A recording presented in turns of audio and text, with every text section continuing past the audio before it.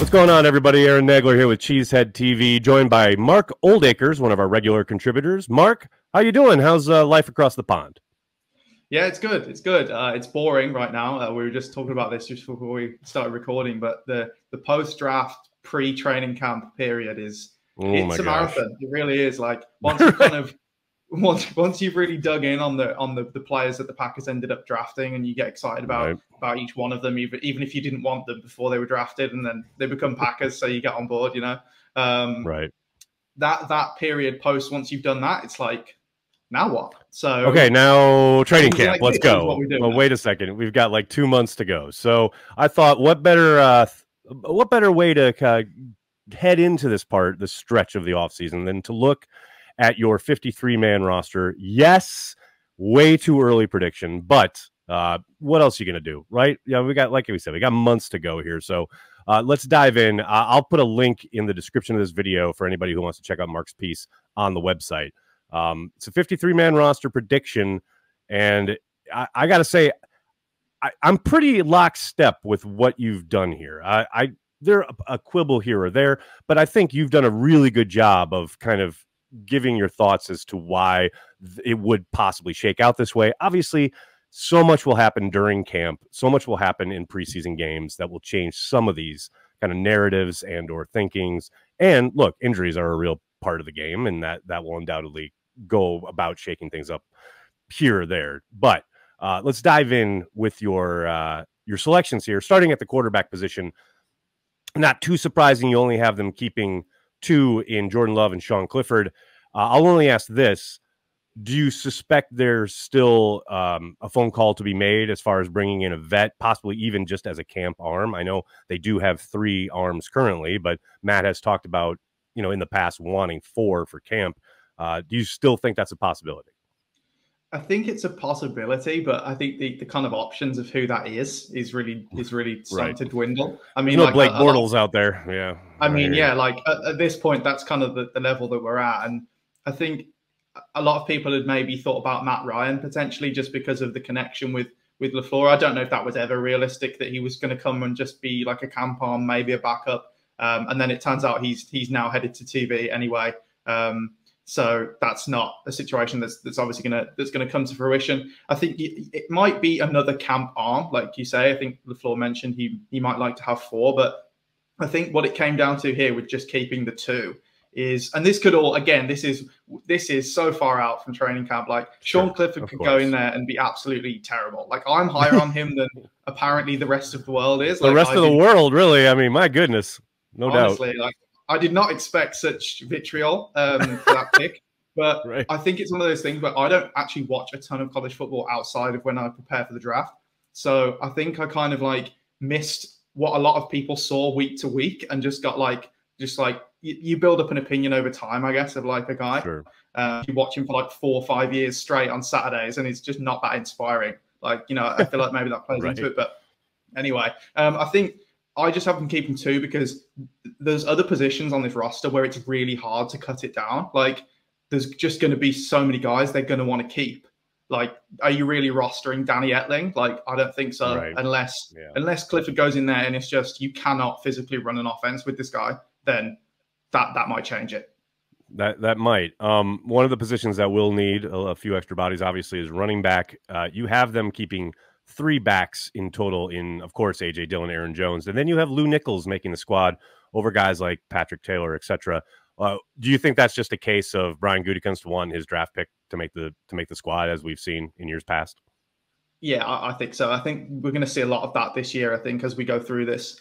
Spoiler alert, I don't have any undrafted rookies from this year making the team, that's like highly unusual for Green Bay. I was going to say, I'd be pretty against the norm in Green Bay, right? Yeah, and I mean, and don't get me wrong, again, like an undrafted rookie could turn up to training camp and really blow everybody away, and they make the team, and a guy could get injured or a guy could not perform as well as we're expecting. That's kind of a bottom end of the roster guy anyway. So, of course, that can still happen, but I think there's just so many. I mean, 13 draft picks like this year. Right. 13. Yeah. And like there was plenty last year as well. And Brian keeps his draft picks. Like last year, Jonathan Ford made the team and he didn't even like see the field once. Like, and he made the roster. Like, and this was a complaint Aaron Rodgers has had many times, which was like, I think towards the bottom of the roster, it wasn't a meritocracy. Like, it was kind of like, well, you're a draft pick, so we're going to keep you on the roster, even if you don't play, even if we call up guys from the practice squad who are going to play ahead of you. So, and I'm not saying that that's like that's the only reason Nichols would make the team, because I do like his game. I think he's kind of like an upgrade almost of like a Patrick Taylor type. Like, he's kind of like a bit of both. He runs hard, man. He runs hard. I'll give him that. He runs hard. Like, about it. He's pretty fun. Like, he's got something. So I think Goodson, I mean, he was incredible in the preseason last year, but I just don't know if you're going to ever be able to trust him in terms of like pass protection, stuff like that. Like, and I think maybe another year on the practice squad for him. Taylor maybe on the practice squad again. It might be the year where he just kind of like finally leaves, because he's just been hanging around, but not really getting much of a chance like these last 3 years or so. So yeah, so I have Nichols, but I like Goodson and Taylor. If they end up on the practice squad, I think it's a really good running back room. And then looking at wide receiver, you have them keeping 6. It's funny to think back to so many summers of how many wide receivers are going to keep. Could they keep 7, etc.? It seems so preordained this year with the 6 that you've kept in Romeo Doubs, Grant DuBose, Jaden Reed, Samori Toure, Christian Watson, and Dontavian Wicks, all draft picks. And you even mentioned in your piece leaving out Bo Melton as a tough call. To me, he's such a great unknown, right? I know there's obviously tons of college tape, but we have nothing as far as his pro career, other than a handful of snaps in the preseason with Seattle. I'm really interested to see what he does in camp, because I don't think, like you put here, like the 6 seems pretty obvious, right? But I think Bo Melton could make it interesting if he has a good camp. I'm not saying that he's like, and so much of this comes down to special teams, but I do think Bo is the one kind of the one wild card here, so to speak. Yeah, 100%. I mean, I was before the draft and these 3 receivers got taken. That was kind of the talk was, well, all you have is you have Watson, you have Dobbs, and you have Samori Toure, and that's kind of it. And like, I was like, well, we don't really know what Bo Melton is, but they, they liked him enough. He was a draft pick the year before. They claimed him off Seattle's practice squad.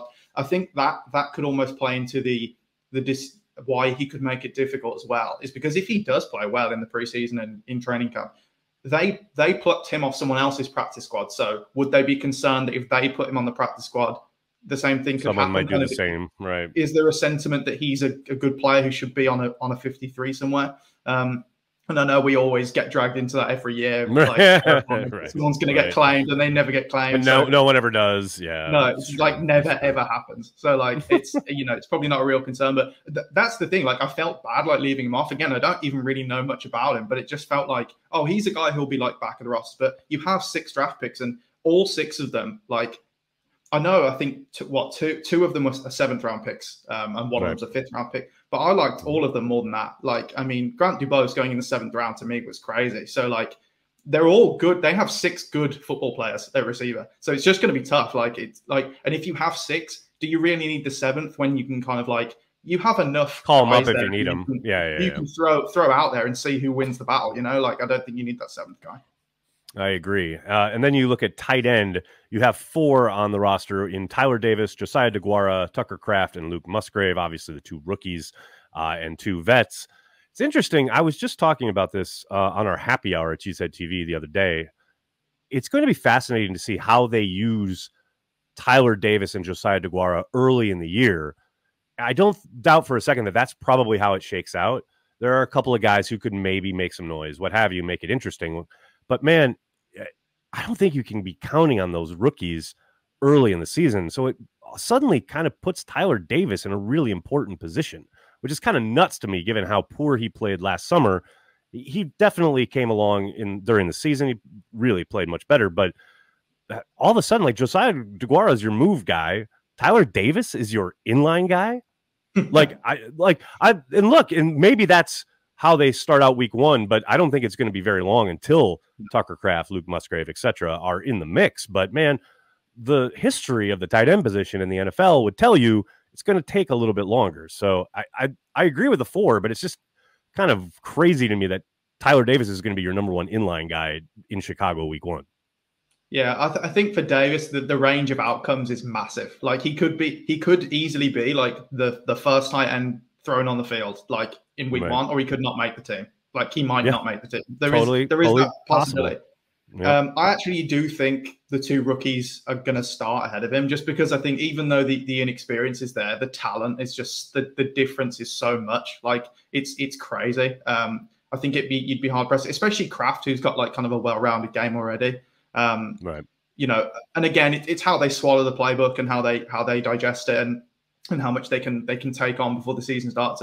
But even with Musgrave, I mean, he's such a he's not one-dimensional, but even if he doesn't have much of the playbook down, you can put him on the field and just run up the seam. Like he's going to be a threat, you know, because of and then see ball, get ball, and run with ball. Yeah, exactly. He's going to make some hay, no doubt. Yeah. So, I mean, yeah, you got Davis. I mean, he's going to have some competition to make the team, no doubt. I mean, Dubois is going to make the team because he's the kind of H-back type player. But they have like three former undrafted guys behind him: Austin Allen, Nick Gugamus, and Cameron McDonald, who are like, I mean, what a group of that's a group of players. So that is a group of players. That is true. That's a group of players that play for the Packers. Now, hey, so you know, again, it's way too early prediction. We say all this, and who knows? Maybe we get to camp and one of them jumps out. Yeah. You never know. I mean, you never know. Austin Allen's like 6'8", so maybe he's something. I don't know. He's big. Exactly. He's a big dude. There's zero doubt about that. Speaking of big dudes, especially up front, with the offensive line, you have them keeping 10, which is their norm. That's traditionally what they like to do. Numbers-wise, you have Bakhtiari, Jake Hansen, Elton Jenkins, Josh Myers, Royce Newman, Yosh Nijman, Sean Ryan, John Runyon Jr., Zach Tom, and Rasheed Walker. Rasheed Walker, another dude who really didn't do a whole lot last year, but he was on the squad. Red shirt year in a big way. Absolutely. You know, you mentioned in the piece, it's the first year in quite some time that they didn't select an offensive lineman. Now, I know they did just take or they got somebody off of waivers from Miami yesterday, I believe. But you have to think of that, you know, that's probably the group. I do think, you know, Caleb Jones is probably going to make a case for himself at some point. But, yeah, I think that looking at it now in May, that makes the most sense. I think, you know, Royce Newman's probably the low man on that totem pole. And if there is a place where they swap somebody out, I think he's the guy. But 10 is definitely the number they're shooting for. Yeah, 100%.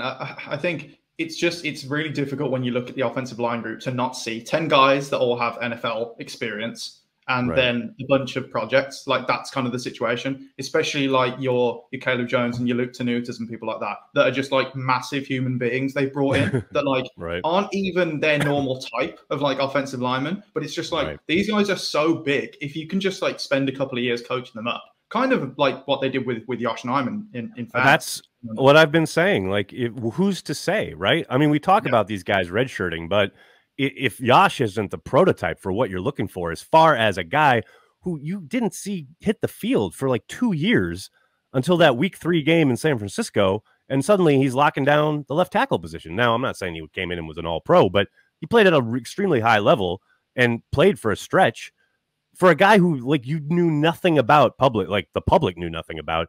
They clearly knew what they had there, and there was a reason they held on to him. So I'm fascinated to see come training camp, like, if there is a guy in that group, say Tenuta or Jones or whoever, who maybe jumps up and jumps out and makes a case for, you know, inclusion in that kind of 10-man group. But I do think 10 is the number. I just think, you know, injuries in camp will probably go a long way of determining kind of the 1 or 2 at the bottom. Most likely. 100%. And then we switch to the defensive side. You got the defensive line with 6 members in Carl Brooks, Kenny Clark, Jonathan Ford, TJ Slayton, Colby Wooden, and Devontae Wyatt. Clearly, Jonathan Ford, another of the redshirters that we were talking about. Who knows what you got there? Going to be fascinating to see him kind of hit the ground running, so to speak. But, I mean, to me, it's going to be fascinating to watch Brooks and Wooden, the 2 draft picks, how quickly they assimilate. But yeah, I can't see, you know, Chris Slayton, I know, played well in preseason last year, but it wasn't good enough to get him on the roster. I suspect it's probably the same fate this year, most likely. Yeah, I think he's potentially a guy who could push, definitely. You know, like you say, he was here last year and he did do well in preseason. But again, there's draft picks, there's recent draft picks all over this room. But what I will say is, I mean, I look at the defensive line depth chart and it's not. I don't love it. Like, it doesn't inspire a ton of confidence. I hear you. No, I hear you. I think, and look, we know they're going towards the youth movement, and it is what it is. Like, I'd happily see Carl Brooks get snaps instead of Dean Lowry at this point. Like we don't need that anymore. That's not where we are. But it's, I mean, you're putting a lot of trust in, like, if Kenny Clark goes down, good Lord, that is not going to be fun. We don't want to think about it. We don't want to think about it. I know, you're right, though. I know Justice over at Acme Packing Company has written about and kind of pounded the table for the addition of a veteran defensive tackle. And I mean, I'm right there with him. To your point, yeah, there's a lot of potential there, but that's all it is. And potential isn't getting off the field on third down. You need guys who can step up and play. I mean, look, they clearly like the upside of these young guys. And as you said, it is a youth movement. But if there's a spot for me, especially now that and we'll talk about safeties in a little bit, but now that they've kind of addressed safety multiple times this offseason, it's kind of interesting to me that they haven't really done much other than draft these two young bucks as far as the defensive line goes. I suspect if there's a place where Brian is still kind of looking around heading into camp, it's probably here. Yeah, 100%. And I think the interesting thing about it is so many of the group, especially the group that I have making the team, kind of like pass rush first, which is like, I get that that's like the way the league is. Like, that's the way we're going. I don't even necessarily think that's a bad thing. But, I mean, Slayton is you kind of like your true nose tackle.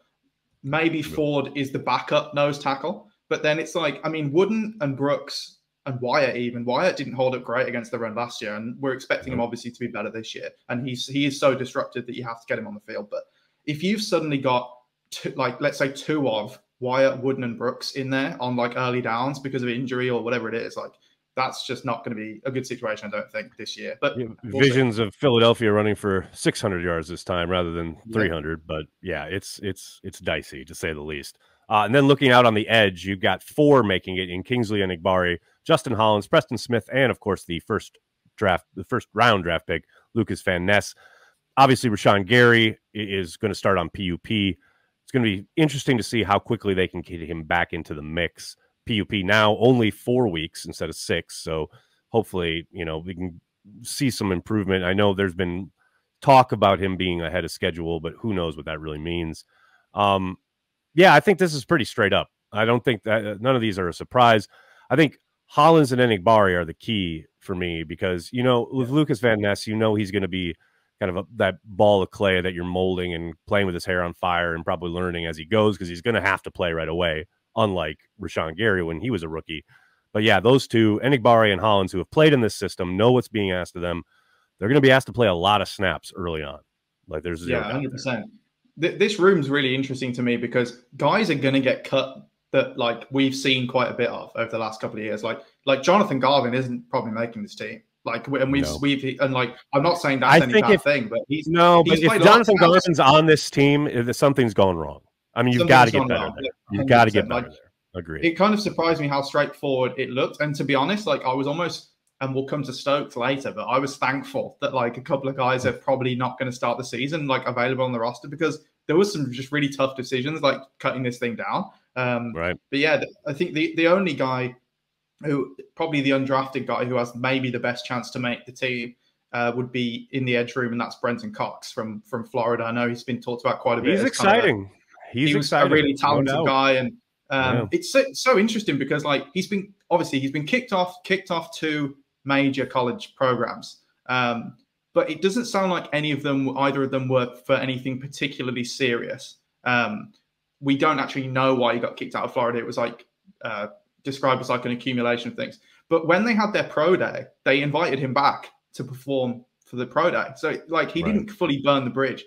And then he was like an academic All-American. So it's just kind of like an odd, weird like kind of mix, right? Yeah, and like the Packers aren't the kind of team to normally take chances on guys like this, so you kind of have to trust them that they're obviously comfortable with what they know about him. Well, there's no doubt he's talented, so he's got a chance, right? And it's similar to Devontae Wyatt last year. He had the off-field incident there in Georgia, and Brian and company, fully investigated it, and. When you dig down into it, it's a little different than how it's portrayed in the clickbait world that we live in. Yeah. But I very much agree. Cox has got a chance. There's zero doubt. And it's one of those situations where it's going to be fun to watch the one-on-ones in camp. and of course the scrimmage and things of that nature. Then we get to inside backer, where you've got 5 making it. And I got to ask, is this a product of, are you thinking special teams here? Because like, or maybe it's just, as you mentioned, Stokes, maybe it's because of, you know, easier kind of solutions elsewhere. But you have Devondre Campbell, Tariq Carpenter, Isaiah McDuffie, Quay Walker, and Eric Wilson all making the squad. Now, I know Tariq's, you know, position change here kind of adds to that number, but 5 inside backers is an interesting proposition. Yeah, I think this is one where I just couldn't really like make sense of it in terms of like the first 2 guys. You know who your first 2 guys are, Campbell and Walker, right. and that's absolutely fine. And beyond that, it's like, oh, like I don't really know if I want any of these guys like on the field. Well, I think McDuffie played pretty well in spot duty last year. Yeah. No, 100%. But it was, I guess, Carpenter changing positions, an interesting one. Again, a draft pick from last year. I know he was a 7th rounder, but he's kind of going to be, you can move him whatever position you want. He's a special teamer, exactly. So it's kind of like, and this is like something I've just tried to factor in a lot with this season is special teams. And that's kind of why I have Wilson making it as well. I mean, they didn't need to bring him back. Like they could have rolled into this thing with Campbell, Walker, McDuffie, and if they knew Carpenter was going to change position, but they brought him back. You know, they re-signed him, obviously not for much money at all, but they did, and he's a key special teams guy. So it was kind of a because I don't have a lot of faith in the guys behind the top 2. It was kind of like, let's have more of them, and then just kind of like hope one of them sticks, like, you know. So yeah, but definitely I could see there only being 4, 100%. But I think your reasoning is spot on in the sense that this is a young team, right? Like this is a very young team. It's going to be one of the, if not the youngest on average in the league, right? And what do we know? Not only in Green Bay, but often throughout the NFL. I mean, more often than not, your pathway to the roster is through special teams. And if these guys are the best teamers, and like, especially with Carpenter and Wilson, they absolutely are. They have the pelts on the wall last year. Yeah, there's a good case to be made that they're probably making the team. So I like 5 jumps out at you as like, that's a lot of inside backers, but it makes sense with the kind of complete picture rather than just looking at the individual position. And then we get to cornerback, and you've got Jair, Rasul, Shamar Jean-Charles lives. Yeah. Keyshawn Nixon and Carrington Valentine, the draft pick. Man, Shamar Jean-Charles is such an interesting proposition to me, just because every summer I think he looks promising. And then the season unfolds, and he never, ever gets on the field. I don't know what that's about. I don't know what it is, but they clearly do not trust him. And I know some of it, he's been injured, whatever. But even when he's healthy, he has not been thrown out there in any capacity, not any real world. No, he's such an interesting player, because I remember when they drafted him, I think it was the 5th round, like 2 years ago now, I think it was. And Brian basically admitted, because his like athletic testing was not good, like at all. Like it was really bad. And I think he basically admitted that this was a guy that like all the scouts were like pounding the table for, because he's just such like a good player. Like they were just like, it was basically, we're going to take a gamble. We're going to do something we don't normally do. And it's a 5th rounder. So go ahead. You know, that's 100%. Fine. And just gamble on like the production and gamble on the tape, basically. Which is fine. But then, he just hasn't seen the field at all. It's bizarre. It's bizarre. It's so weird. I think he played like a handful of snaps at safety last season. I think that's like the only thing he did. And that was an emergency kind of thing where he like they just didn't have bodies and they needed someone out there. It was like, just go out there and do your best. but yeah, so it's, again, I don't really have a good feel for him at all, whether he's going to make the team or not. But again, I'm just kind of banking on that he was a draft pick. They've stuck with him this long, kind of thing, and I don't see, a ton of guys on the roster that are going to beat him out. And I don't think you can go into the season assuming that Stokes isn't going to be on the roster in week 1, be on PUP or on IR. I don't think you can go in with 4. Like you can't start the season with 4 corners. Like if you have one injury and suddenly you're in nickel, then you have the cascading effect is too great. Yeah, you can't do it. No way. I mean, the guys he's competing with, Shamar, Ballantyne, Ford, Franklin, Hooper, Keandre Thomas. Like, again, this is one where I think that will be a true competition. I think if Jean-Charles is just not good this summer, there's going to be a guy that will take his spot. Like, because probably once you've been in the system like 2 years, it's kind of like maybe the effect of being the draft pick kind of fades a little bit. So I sure, think yeah, absolutely. That's probably a really true position battle. But for right now, I'm just banking on that. He was a draft pick. They liked him enough to take him in the 5th round.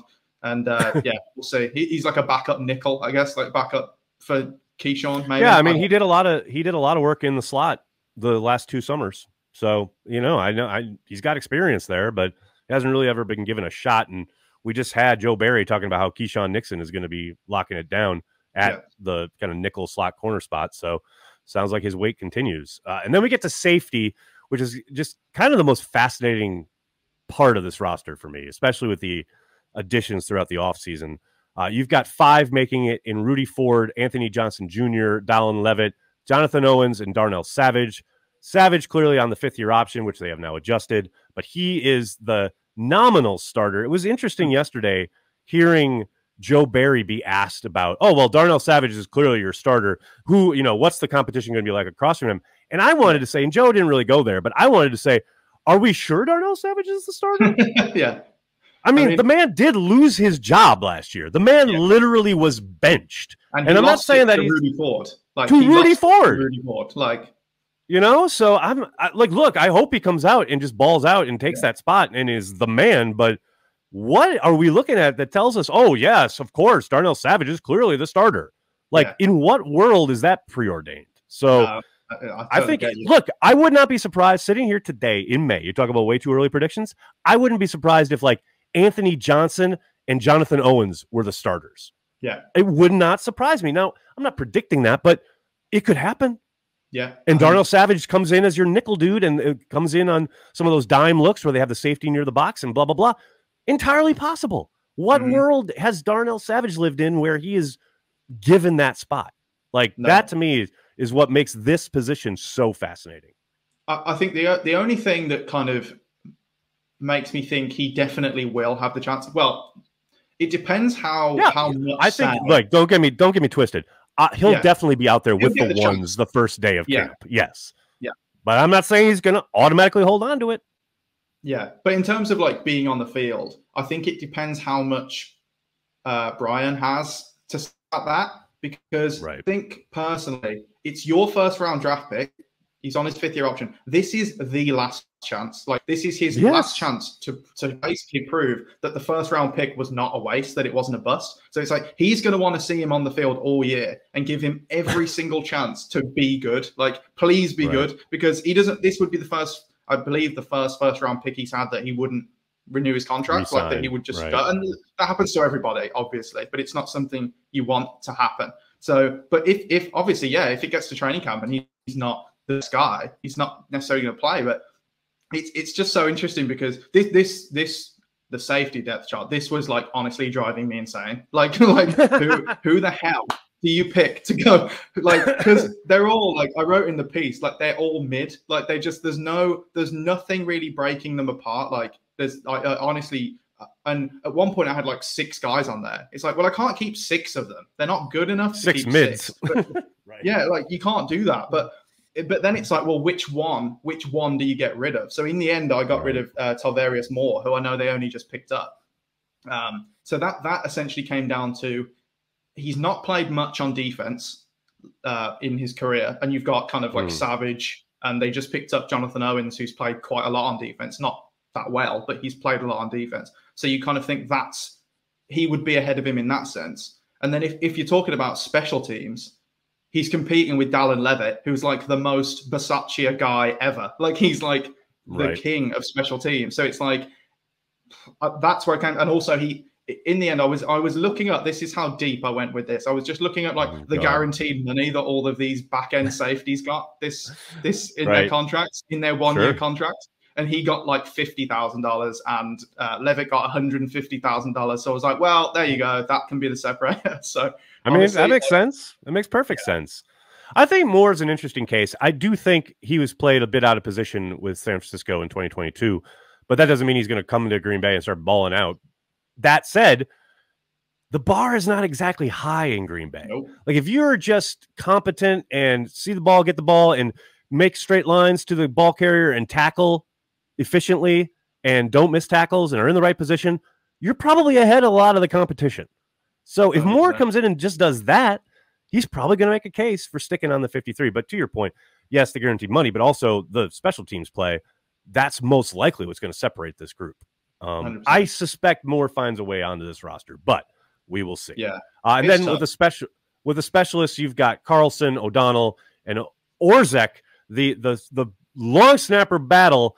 I know they did reportedly or supposedly, I guess, just signed a punter just yesterday. Yes, they haven't made that official yet, but I think probably it's Pat O'Donnell. I think it's definitely going to be Carlson.